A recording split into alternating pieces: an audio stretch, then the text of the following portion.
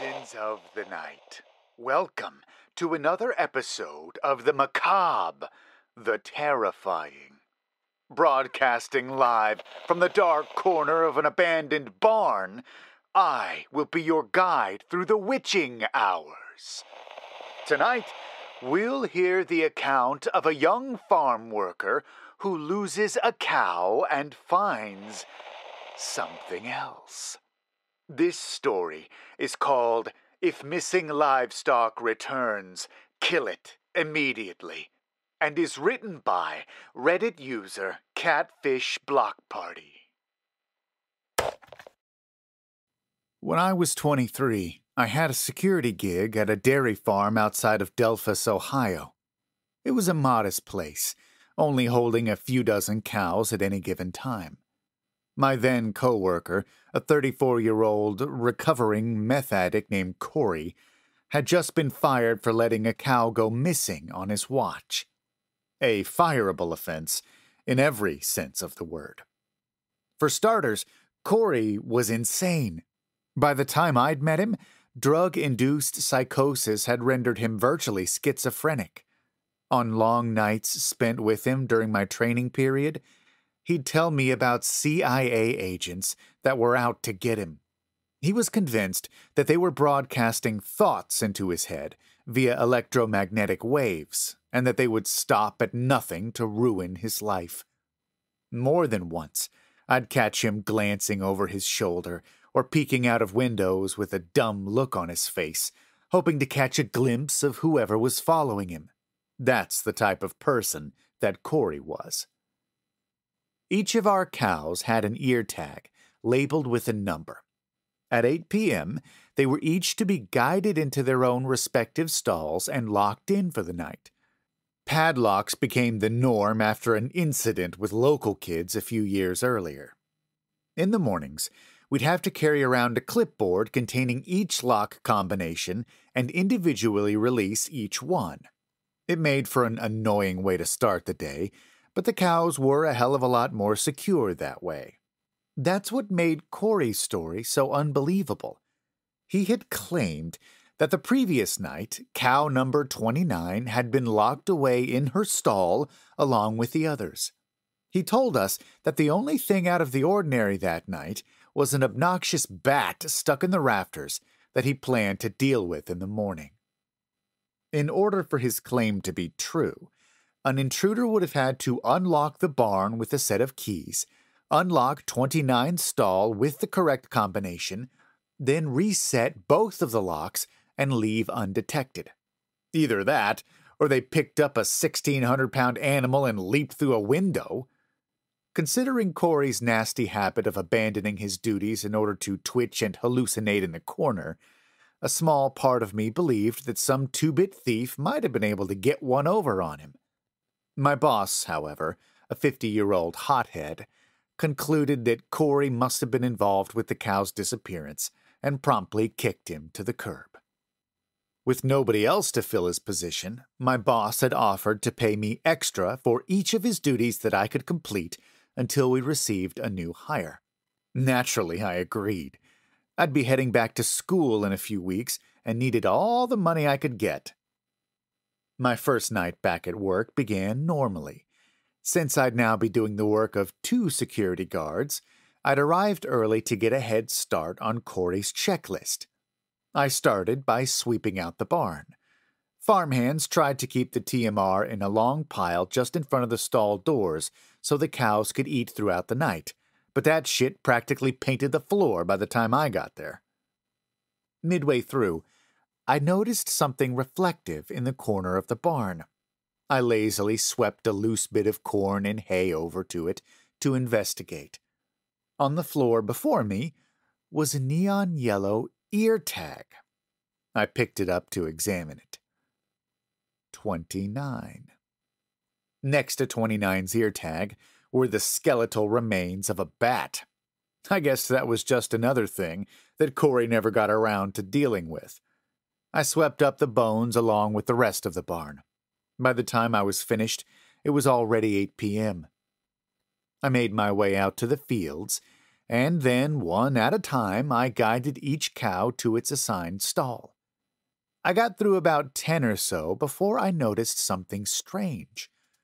Across the field, about 50 meters away from the others, was a lone cow. It faced away from me, seemingly transfixed on a nearby cornfield. Seeing a cow on its own is nothing strange in and of itself. They need personal space the same as people do. What was strange was the way that her tail stuck straight out from behind her, unwavering. She stood as if she were afraid to slip, with her feet planted far apart. Perhaps the strangest of it all, her head appeared to be tilted at a 90-degree angle. I wasn't eager to tell my boss.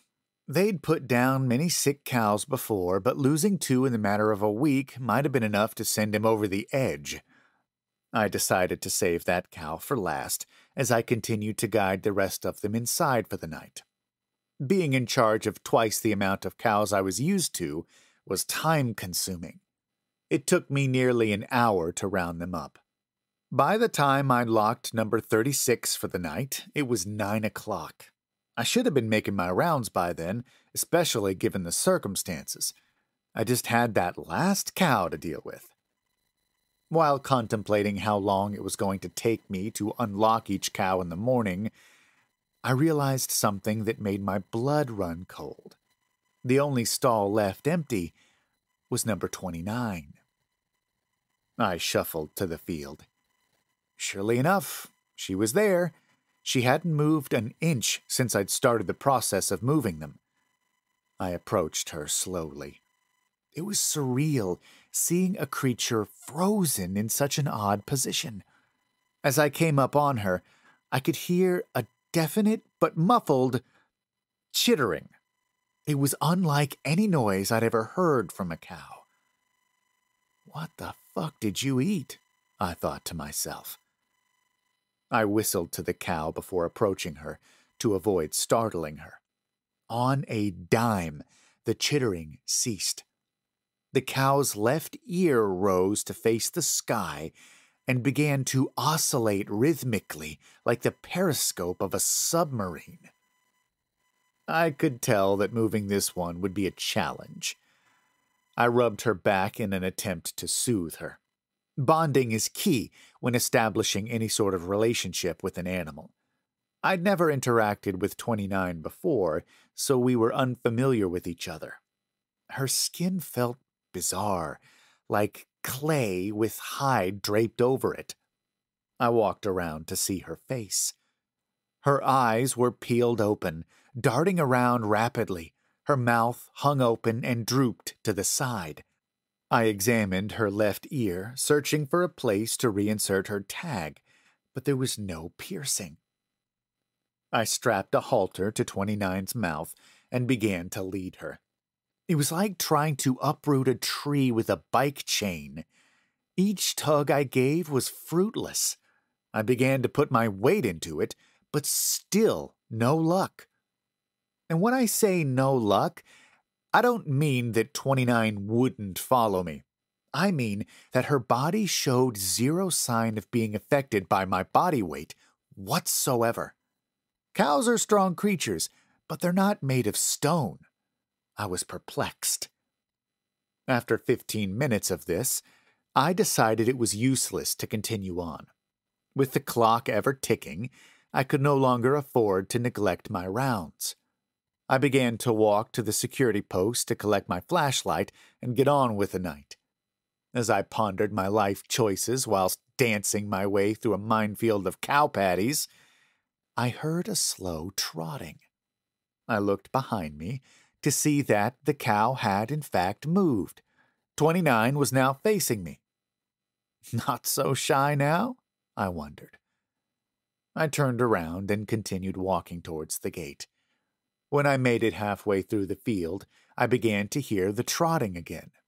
It was louder and much quicker this time. I smiled to myself.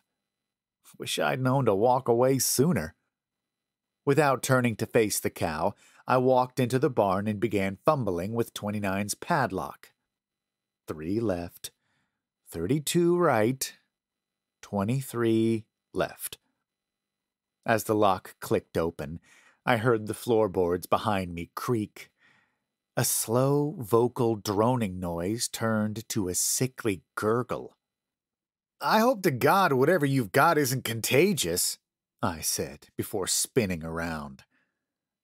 All color drained from my face as I was greeted with the sight of the 8-foot-tall beast standing before me on its hind legs. 29's head was cocked sideways, with one eye focused on me. Its pupil seemed to grow and shrink rapidly as it scanned over my entire body. Its lower jaw slowly moved up and down as it began to vocalize again.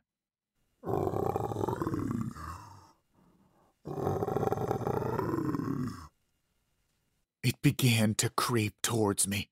Its front legs kicked wildly as it attempted to keep balance, all the while making that same noise.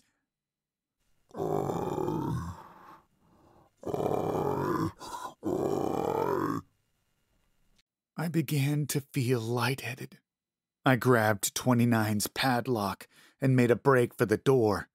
The cow began to rapidly stomp behind me. I began to hyperventilate as I sprinted. The rest of the cows were spooked, shaking and jumping around wildly. I slammed the door shut and clasped the padlock. A sickening boom shook the entire wall of the barn as 29 began to claw at the door. The beast croaked before chittering once more. I backed away from the door slowly, its wooden frame bending and contorting at the sheer force behind it. Without another warning, I turned my back to the barn and ran to my car as 29 began wailing and pounding. I never ended up making any rounds that night. Instead, I started my car and left that fucking place in the rearview mirror. I didn't tell my boss. In fact, I deliberately avoided several of his phone calls because I had nothing to say. I figured it'd be best if I quit the easy way. There are certain things in life that back you into corners. Silence forces your hand, you know? That's why I'm writing this now. Of course, I still wanted my money. A few weeks later, just before making my 2-hour commute back to college, I stopped by the farm to pick up my final check. My boss wasn't in his office on Tuesdays, so I took advantage of the situation and granted myself access with the key that I'd seen him not so stealthily kick under the rug once or twice. After snagging my check and a few Jolly Ranchers, I got in my car and slowly began to drive away. Out of the corner of my eye, a young farmhand standing in the grazing field caught my attention. "Hey, kid!" I shouted. "Stay away from the night shift!" But he didn't answer me, nor even look at me. He just continued to stare at the pile of bones before him. This really gives a modern and bizarre twist to a wolf in sheep's clothing, doesn't it? You don't suppose that farmhand started acting a bit strange that night, do you? If you're listening from somewhere out in the country, it may be best to stay inside tonight. If you enjoyed this story, you can find a link to the author's other work in the description below. You know what?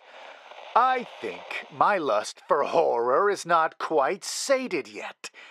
Shall we hear another tale?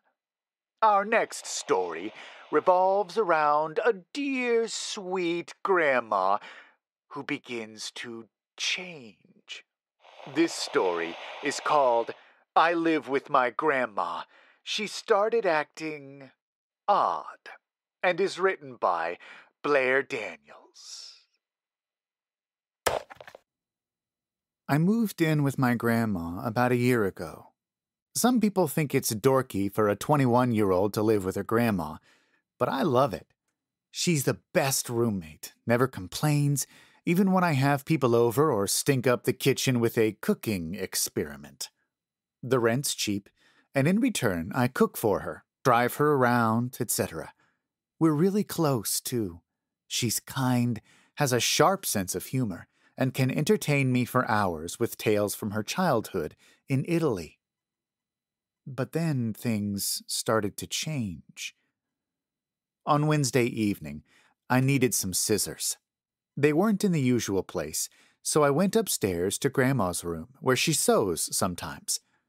But just as my hand touched the doorknob, she came flying up the stairs. "What are you doing?" "Are the scissors in your room?" "Don't go in my room!" She glared at me as I made my way back downstairs. That was weird. She'd never told me to stay out of her room before. And the trend only continued. She started to become more reclusive, more private, closing herself off to me. When she didn't eat dinner with me 2 days in a row, I made her favorite, chicken and wild rice. But all she said was, "Sorry, dear, I'm full," before disappearing up the stairs. How could she be full? I grumbled to myself as I spooned the leftovers into a Tupperware. I haven't seen her eat anything tonight. I told my mom I was starting to worry, but she didn't seem concerned. Older people sometimes change. Grandma's almost 90 and, well, she knows it's going to be her time soon. Sometimes people get depressed or bitter or just different. Your grandpa definitely did. But I couldn't stop the horrible feeling in the pit of my stomach that there was just something wrong. As the days went on, the feeling continued to grow. On Saturday morning, our neighbor stopped by to ask if we could get his mail while he was away. As he stood there on the porch with his big German shepherd, my grandma started down the stairs. The dog began to growl. Not just a little growl. Hackles up, teeth bared, the whole 9 yards. "Whoa, easy, Teton," our neighbor said, backing away. "Roof." I'd better go," he said sheepishly. But as he ran down the driveway, the dog kept glancing back at us, barking. "What did he want?" Grandma asked behind me. I jumped. She was right behind me, and somehow I hadn't heard her creep up. We have to get his mail for a few days," I replied, closing the door. "That's okay, right?" She just shrugged and walked away. Things continued to get worse. I'd wake up in the middle of the night and hear her footsteps out in the hallway. Back and forth, back and forth. I had half a mind to think the place was haunted until I opened my door a crack and saw her figure, clothed in her floral nightgown, walking back and forth. Once, when class was canceled and she didn't know I was home, I heard her crying upstairs. I peeked around the corner to see her standing in front of my bedroom door, her face hiding in her hands. "Grandma?" I called, but she simply shook her head and ran into her bedroom. And then there was the smell. Now, when I went upstairs, this horrible stench hit me. A rotting, decaying smell, like someone had left a plate of raw meat out for days. And as I sniffed around, I realized it was coming from Grandma's room, but when I turned the knob, the door was locked. "Grandma, have you noticed it, kind of smells up there? Did you leave some food out, maybe?" Her eyes went wide when I asked her. Then, suddenly, without a word, She bolted up the stairs and slammed the door to her room shut. And that was when I decided to take action. Something terrible was going on here, and I was going to find out what. 3 days later, the package came. I greedily ripped it open and shook out the contents. A long, thin key, designed to fit into the holes in home doorknobs and unlock them from the outside. I crept up the stairs, even though I knew Grandma was watching TV with the volume full blast. Then I crouched in front of her door and slid the key into the hole. After a few minutes of fumbling, I heard the click. I pushed the door open. The stench hit me like a truck. Fetid, sour decay that made me want to vomit. I frantically waved it away, and then I saw what was on the bed. No. A body, blue-skinned, stiff, lifeless. One arm hanging over the side of the bed, white fingers dangling towards the ground. Not just any body, my grandma's. A soft sound came from behind me. "I'm so sorry, dear," my grandma's voice whispered in my ear. But when I turned around, the hallway was empty. You know, I think I saw a movie like this once. In it, an elderly man was taking care of his grandson after his wife's death, and he begins to mistreat the boy badly. Oh, no, wait. That movie was Bad Grandpa, and the old man was Johnny Knoxville, haunting unsuspecting people at a golf course. If you enjoyed this story, you can find links to the author's other work in the description below. As it happens, I have time for one more story from Blair Daniels. This one is called "Someone Keeps Depositing Money into My Account." It was fun until they started asking me to do things. The first deposit came on a Tuesday. I was on my way to lunch when my phone vibrated in my pocket. "Woohoo! You just got paid!" my budgeting app gleefully told me. That's odd, I thought. Payday wasn't until Friday. I opened the app to find a deposit of $250. It was from a sender I didn't recognize. AWSTGHY 2276. I quickly shot off a text to my husband. It was our joint account, but he didn't recognize it either. My next thought was PayPal. I did occasionally get weird payments. I have a crafting side hustle that's more of a side crawl, but those payments usually say PayPal in the transaction. So who was just giving me money? It must be a scam. But as the hours went by, I didn't get any weird texts or phone calls. That fat $250 just sat there in my bank account taking up space. "We should give it back," my husband said when I got home. "I don't think we can do that." "Sure we can. We call the bank and tell them to reverse the transaction." I shot him a look. "Or we could just keep it. Someone did give it to us." "That's unethical." "What's unethical is forcing the kids to eat rice and beans for lunch every day." I slammed the refrigerator shut and plopped down on the couch.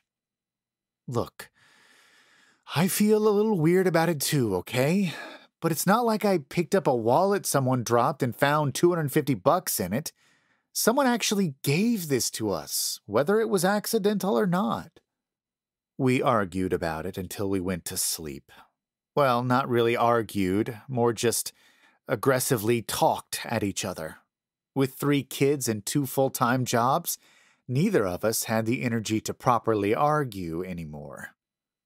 When I woke up the next morning, there was a text from an unknown number waiting for me. At 2:13 p.m. today, go to the corner of 12th Avenue and North Street. Take a photo of the short man in the black coat. What the heck? But Jerry had already left for work. I'd tell him about it later. The weird text from a wrong number. As I got the kids ready for school, I couldn't stop smiling. Tomorrow, you guys are going to get a special lunch. Not rice and beans, something really good, I told them as we walked down the driveway. After waving to them on the bus, I left for work.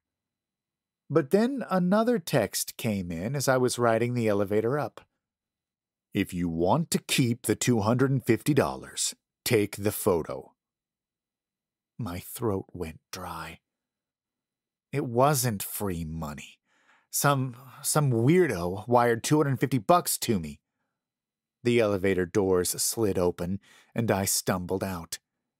How do they have my number? Is it someone I know? I glanced around at the hall of cubicles, at the people I'd worked side by side with for 5 years. Ed.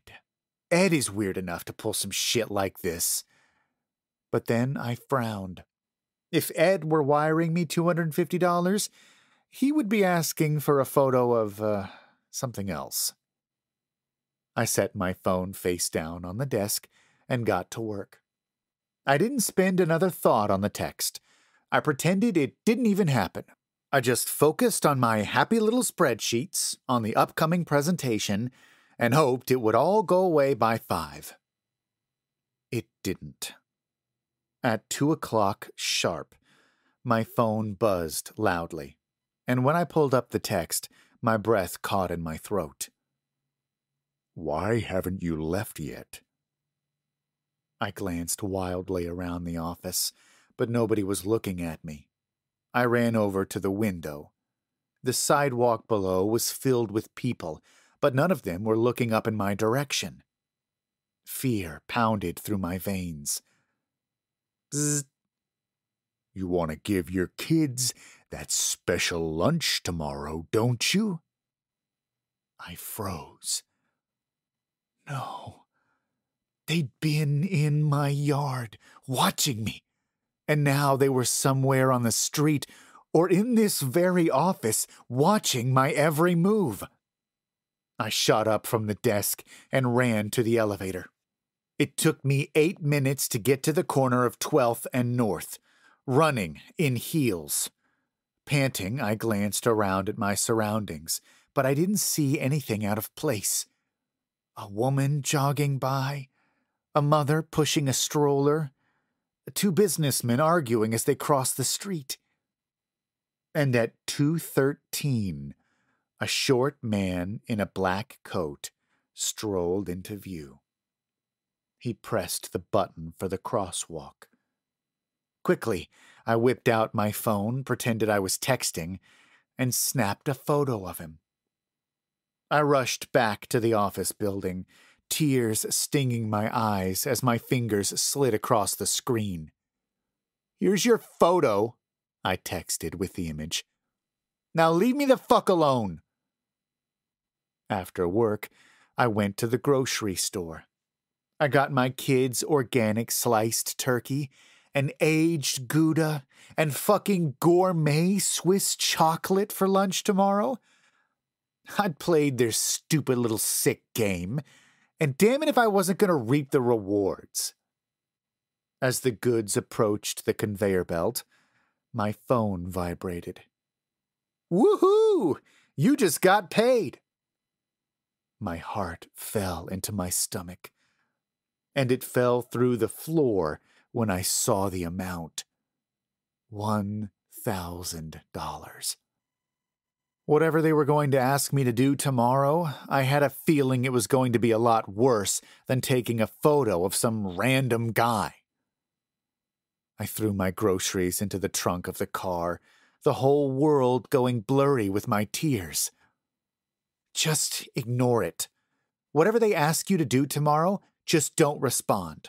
They'll take the money back, and that'll be it. Then you can go to the police and tell them everything. But I was naive to assume they'd wait until tomorrow, because as I started the car, my phone buzzed again. Drive to the pier. I stared at those 4 words, my heart pounding in my chest. And then I leapt into action. I don't want to play your sick fucking game, I texted, my hands shaking. Take your money back. I don't want it. Leave me alone. Bzzzt. It's too late for that. I swallowed. What do you mean it's too late? I wrote back. 3 dots popped up, showing they were typing. And then the message appeared. Because the cargo is already in your back seat. My heart pounded in my ears. You really shouldn't leave your car unlocked, Lynn. I closed out of the texting app, pulled up the phone, and began dialing 911. Something thumped against the back of my seat. Every muscle in my body froze. I held my breath. The shadows in the rearview mirror shifted, but I couldn't quite make out. Bzzzt. Drive to the pier and you'll be safe. But if you call the police... They didn't need to finish that sentence. I swung out of the parking lot and drove as fast as I could to the pier. When I got there, I parked in a dark little corner and cut the lights. Now, in the darkness, in the silence, I could hear them breathing. A steady rush of air right behind my ear. Bzzzt. Close your eyes. I squeezed them shut tight. Rustling movement in the back seat, and then the open and close of a car door. Faint footsteps on the pavement, receding into the darkness. I let out the breath I'd been holding. I don't know how long I'd been sitting there with my eyes closed, but I finally felt like it was safe to open them when I hadn't heard the footsteps in a long time. I sobbed as I drove home, so thankful I was alive, praying that this whole nightmare was over, that whoever this person was, they'd used me as much as they could and would move on to the next poor soul. But I wasn't so lucky, because this morning when I woke up, I had a new notification. Woohoo! You just got paid! The amount? $10,000. In this economy, it's hard to turn down good-paying work, isn't it? It sounds like our young mother will make a killing in her new line of work. As always, if you enjoyed these stories, you can find links to connect with the authors in the description below. Please also leave a like on this video and subscribe for more bone-chilling tales like these. And remember, whatever you do, don't fall asleep.